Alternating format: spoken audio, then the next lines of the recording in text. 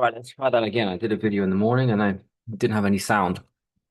Anyway, I'm just as enthusiastic because gold is breaking out this descending. It's my favorite pattern. You've got a long term, you have to remind ourselves sometimes it's a long term uptrend, right? We've been in this bear sideways down, demoralizing, like a war of attrition style sideways action in the metals. But gold just popped its little head above this descending. For me, that is pretty significant. And obviously, we've hit a bit of a level. We've been going sideways at 4,000. 4,000 is level. I mean, we ventured into 3,900. We've closed below 4,000. Okay. We never closed below 3,950. And for me, even if you did, it's a mini level. It's like it'd be quite psychological. I'd expect that same night in China or something that we go down and hit 3,900. I still think there was like a backup safety net at 3,900, like a little bounce zone that could have done a fake flush. But anyway, 4,000's been the level, and we popped that little head above.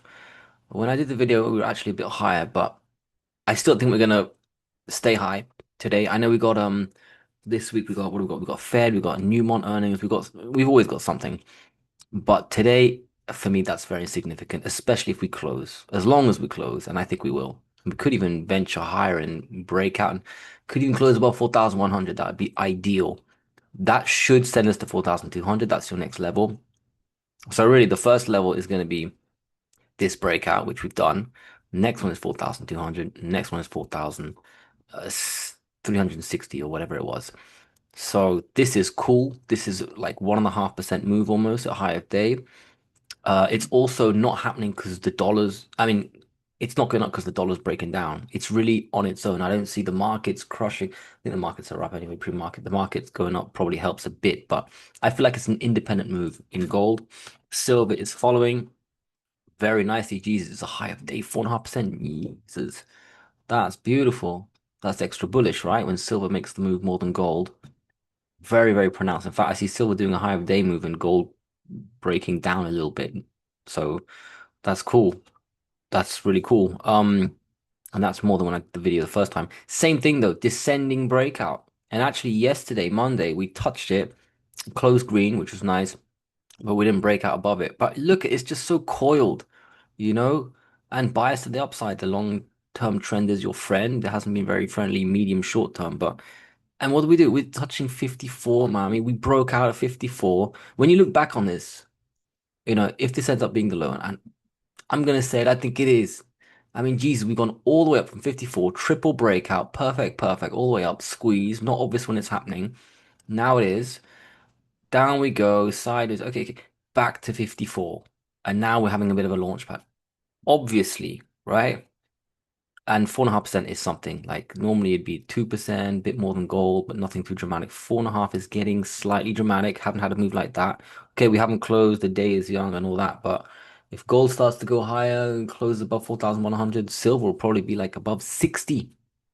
And then everyone's going to be buying anything in the 50s. And we could very quickly go to 63, right? That's a 5% move from 60. Very quickly, you're at 60, close above 63. Next stop, the real resistance is always going to be the descending here. So just before 70, before it was 70, now with the time aspect, it's going to be like 68, 69. But for me, it's looking really, really nice. And what a time because I'm almost tapped out. I've got enough ammo for another flush down to whatever, 50, maybe high 40s gold at 3,600. I was waiting for that just in case to at least be slightly, I wouldn't say I'd be happy if we went down there, but at least there's something to look forward to. But really go up now, please. I'm literally almost all in. And I also had to have a bit of cash for copper, uranium, and one or two other sectors. Not oil. For me, copper and uranium are more guaranteed than oil. I know a lot of people think oil is the best sector to be in, but there's that Doomberg little green chicken guy who makes a good case that oil is basically abundant and whereas copper, uranium, gold, silver, it's more guaranteed, even though nothing's guaranteed. So it's looking beautiful. And like I said, the dollar index, unless something's changed, that's a sideways nothing move for now. It's completely unchanged. It's not exactly breaking down. Like this type of move in gold and silver, you'd expect it below 100 or something. Some crazy thing happening with the yen going up, the dollar down or something. Nothing. It's not currency related. I'd say it's not yields related. That's unchanged, even though yields look like they're going to go up, which you'd think would put pressure. But I feel like, and there's a long history of yields going up with gold. And I remember this, what was it, 2015, 2016 low, when rates started to go up. That's when gold started to go up. So I don't think yields, at least today, are not affecting gold and silver. Same with the dollar. Same with oil. Oil's not, it's really pure gold and silver, and it's happening at a time where it's technically a bottom, especially silver. So I think it looks beautiful, and it'd be great if we go up with yields in the dollar, because then we would go up even more when they retrace. Because long term, I don't think the Fed's gonna hike, and if they do, it's like 25 basis points. It's meaningless, in the face of real inflation. And long term dollar yields are trash, basically. I think we all know that. So, oh, and copper's also joining the party. That's beautiful. So it's looking beautiful. Why not? Um. I'm not going to show you oil and all that. I just sort of covered that. Miners, obviously, you don't see it reflected the move. Pre-market, we're up. Okay. I don't want us to fade at the open. First of all, I want the gains to hold at the open. I don't want us to open and just slowly walk down for the rest of the day and then we're up like 0.5% in gold, 1% in the miners. That would be really, um, well, anticlimactic, let's say. What would be good is an open, a little sideways, up, down, and then break out and basically keep running. For me, I wouldn't be trimming anything, even here, like the first resistance, and they've all got similar charts, 76 here, we've stalled here on an open and high of day basis. I would really wait for the big move. And this is still not even a big move. This would be your first real resistance. So for GDX, it'd be 80. You can see it's pretty clear. If it takes time, it would coincide with the descending. And they've all got similar sort of charts. GDXJ, here's your resistance at 100, nice number, but the real one's going to be here, 105-ish. There may be a tiny trim if something's changing, but otherwise, just hold on. We've been holding on. Well, I've been holding on the way down. Basically, I really regret that, but I'm ready to hold on the way up. Unless there's a really big move, I feel like we're gonna go sideways, and I think I can squeeze a little 10% retrace that could make all the difference also. But I'm not in a hurry to trim. Not right now. Let's see if this move holds, sticks, and rises even more. SIL, you can see for me, it's going to be really the descending, but SIL is a bit different. Maybe around 82. But a move that hopefully sticks today and continues for a few days, and then we'll see. So SILJ, maybe 2750 or the descending. Not going to be doing any small like 26 flip, even though that's like maybe 10% move. If we look at the individual miners, Newmont's got earnings. I forgot when. That was a horrible close yesterday, so definite underperformance. But I think last earnings were up here. Nothing's really changed. Okay, gold's gone down, but so did oil, even though we jumped a bit up, like up. You compare miners to all the other sectors, the margins, best of the best, no one's in it, great, up. Let's reflect it. Ultimately, stock prices should be a reflection of earnings. Earnings are a reflection of everything going on. First resistance, 98. We won't even get there today. Earnings, maybe we up, man, like 112. I'll see you later. And even at 112, maybe Newmont looks good, but the sector looks like it's going to break out even more. So I'm in no hurry. I've been buying the drop basically constantly with a bit of spacing. If I already bought here, I'm not going to buy again. Although when we came back down, I did. I've bought this entire zone for the last 2 months where we've been. So the last ammo I had was for the big drop to 3,600 gold. Um, I don't have too much left otherwise, so I'm ready to hold on. Like I said, Barrick been pretty resilient compared to the others. Up a little bit pre-market. Everything is up like 2, 3, 4%, but it's nothing. Let's see if gold and silver can keep going higher. But I think the miners will go up even more during regular hours. And wait till the juniors open too. That'll add nice profits. Barrack, no hurry. Again, the first real resistance for me for Barrack would be the descending, maybe 44. Agnico, I mean, look at this. This is happening at such a perfect time. I was looking at this the other day and I replaced this ascending. From here to here, it goes all the way there, perfectly touches it, 135-ish. Like this has been crushed.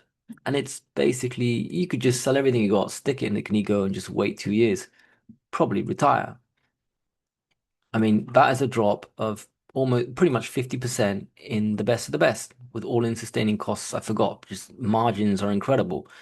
Debt incredibly low relative to, cash and all that. It's just almost easy, almost. Wheaton destroyed. Next level, maybe 111, 112, 117. I'm in no hurry, not even to judge the next, not even to judge the next resistance levels. 111 maybe, 117, but this is small stuff. By the time we're there, people start rushing in like, oh, the low is in. You'll get those early FOMOs, let's say. Royal Gold, a bit like Nigo. Look at these pivot points it hits. One, two, three. Okay, missed this one a bit, but four, perfect. Around the 185-ish. I was buying this drop. It was kind of outperformed, I'd say, the last 2 weeks. It didn't drop that much compared to the others, but it makes sense because it's at the big buy zone. First resistance is going to be like this 214-ish zone, the descending, and then we break out of that, and then 228-ish, and then boom, boom, boom. I look forward to that. Franco Nevada, heaviest holdings of Pan American, Newmont, and Franco is third. Also kind of outperformed a little bit the last couple of days, didn't flush too much, a bit like Royal Gold. Also royalty. This looks good. First real resistance probably 220, nice number, but then it's gonna be maybe up here. It's got two descendings. We'll see. Like 235-ish, give or take $5. But that entire zone will probably be something of a resistance. I don't know exactly when. It depends on GDX and gold and all that too. Metalla doing nice right in the middle of the range between sort of 640 and 8. It's right there in the middle. That should hit 8 soon. Little 799 sell zone, but I won't do that. I'm looking for the bigger move. This I will trim, of course, 919. It should get there quick if this move sticks. I am gold, kind of average on par with the gold miners. Should rise, of course, 17, 19. I don't know if I will trim 17. I just don't know. I should, right? I wasn't disciplined on the way up trimming, and I should have learnt my lesson, but since I held so much here, let the short suffer as it goes up. I feel like it was an extreme drop, and there could be an extreme pump, and then a small retrace, and then up we go. Equinox, that was extreme. The drop, I added to this one more than any of the other mid tiers. And also, look at this. This is a rare one, like the support of the ascending resistance. That, and maybe it's just coincidence for sure, but that needs to go up. Long term, this is a monster. Another one you can just fire and forget, just leave it in for 2 years, see you in the 20s, basically 150% move within, I don't know, 20 months or something. Yeah, that's doable. El Dorado just about held this former support. You could say it still got it just below 28. I didn't. I bought that once. I think it was like 32. I bought it. It'll probably be at 32 in this week, maybe if it's a good week. B2 Gold. Yeah, that was the move for 3,600. The sort of 340s where we were trading for a while. I remember this 340s. That was like resistance, support. So it should maybe just below 340. Not going to get there. Up we go. We should be testing 4 this week if we have a nice week. 419 maybe. Didn't trim to this one. Maybe I added once there. Basically, I was putting all my money in the seniors that I've covered, the I Am Gold, Equinox. I created the position in El Dorado. Just massive hold in B2 Gold, like a lazy old investor style. Harmony, this I like 4 times they hit it, which is very rare. Like this 1440, 1, 2, 3, 4. That was like ready for a breakdown today. No, up we go. So see you at 1650 first resistance. Next real resistance just below 18. That would have been your support of 13. Maybe we're not going to see it. If this really is the low and it would be perfect, the silver chart, it would make sense and be perfect and be obvious after the fact, months later. Like, yeah, 54, obviously it was breakout, so it's support. Not as obvious when you're in the middle of the hurricane. Aris mining, that's cool. That's nice that it held that little zone. Like 19, 20, just below 20 was support. And then you had this level from here. Breakdown, nope. Reversal. Yesterday was sideways. Today we should see 21 maybe. I need to see how much of a percentage move that is, but you could see 21 and then up you go, 20 sort of on almost 24, 25. That'll be resistance. Depends how long it takes the descending. Used to be really strong, but sort of lost the chart was damaged, so it's lost that a bit. But I think long term this is a beast, so we should see above 30 this year. Is that's doable? SBSW, another one that could have huge returns. In fact, this one might be the one that has, out of all the ones I've covered, even though you got 100% moves almost, like Econiko is almost 100% move. 135, okay, it's almost like 80, 85, 90% sort of move from where we are here to, yeah, 87. SBSW though, this was one of my best winners from last year, right? Low threes all the way to 21. Um, and if we bottom here, this is a hell of a drop, right? Fill the gap? No, you don't have to always fill the gap. There's always a gap somewhere. You're gonna fill that gap over there? No. Breakout, let's see, $9 is huge. It's huge. It was support there. We broke down. It was resistance twice. It's also, by the time we test it, the descending resistance. $9 on SPSW. Do not want to be short if you close above $9. Let it rise. 11 in like 2 days after that. 14 and then mini levels. But this could be a huge profit maker. And palladium also, like the other metals, but maybe even more. Everyone talks about platinum, but for me, palladium. Look at this. This is your support, breakdown, resistance, breakdown, flush. Okay. But it's grinding sideways. And then what do you know? You broke out of this. Okay. Went right back down. Fair enough. The market always just throws you around. But this, for me, you close above 1320. Boom. Especially 14, but 1320 is probably enough. Straight up. And SBSW will react to that with platinum, silver, and gold probably also going up at the same time. Right, silver. Pan America, very nice. There's your, we're already trading here, 44-ish, a little close above 44.50. Who knows? You could even get above 40. Yeah, who knows? 45, 48 will be your level, maybe 47.50. Just give it some time. But if silver's gonna go from, to 60, 60 to 63, if we're at 63, we're probably at 48, maybe higher. It'd be nice to see 50s. That probably will take next week if we keep going up. But before you know it, the 40s are gone. And then you're like, oh, that was a buy. And yeah, but Pan America long term, no problem. Probably the best mine, best silver miner in the world. Oh, silver's about to cross 59 and go towards 60 maybe. First Majestic, they're all stuck. They've all got 18 as something I realized as resistance. Look at this. One, two, three, fake because it closed above. Four, I like this. This is a bottom here. I mean, normally a triple bottom flushes, but no. Four, plus now you got metals going up. Eight, okay, we probably won't hit 18 today. That's a big move, but 17 will be a little something. But 18, you close above 18, and then boom, it should follow through, even if silver doesn't. I mean, that should just be an individual chart trigger.